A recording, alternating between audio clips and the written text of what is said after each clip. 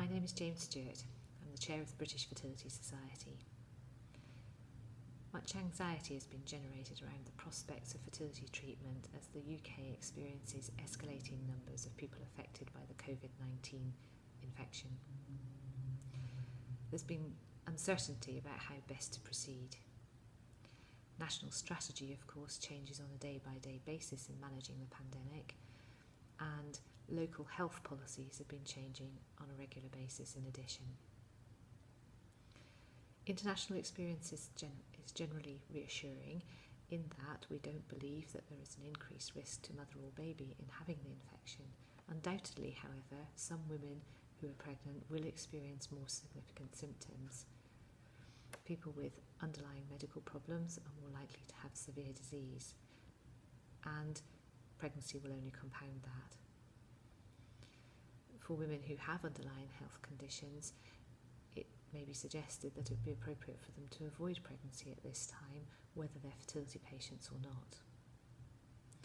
The government has identified pregnant women as a vulnerable group.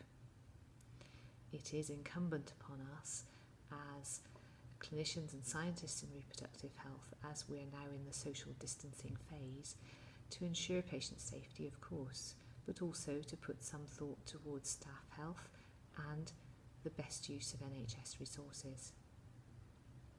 For this reason, the BFS, along with the Association of Reproductive and Clinical Scientists, have published guidance for fertility centres in the UK. In this, we've recommended, in keeping with other nations' guidance, that fertility treatments are wound down.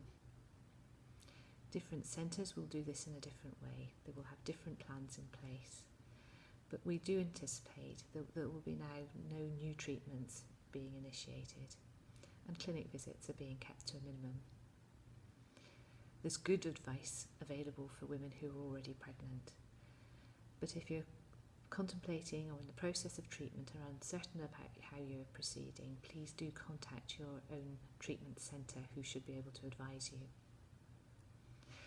This is a time of great uncertainty, of anxiety, and ultimately for both our teams and our patients, significant disappointment, of course. It's also a time for universal support, and centres will endeavour to provide as much support as patients need during this time. Please, let's all help, all of us, to keep as well as possible.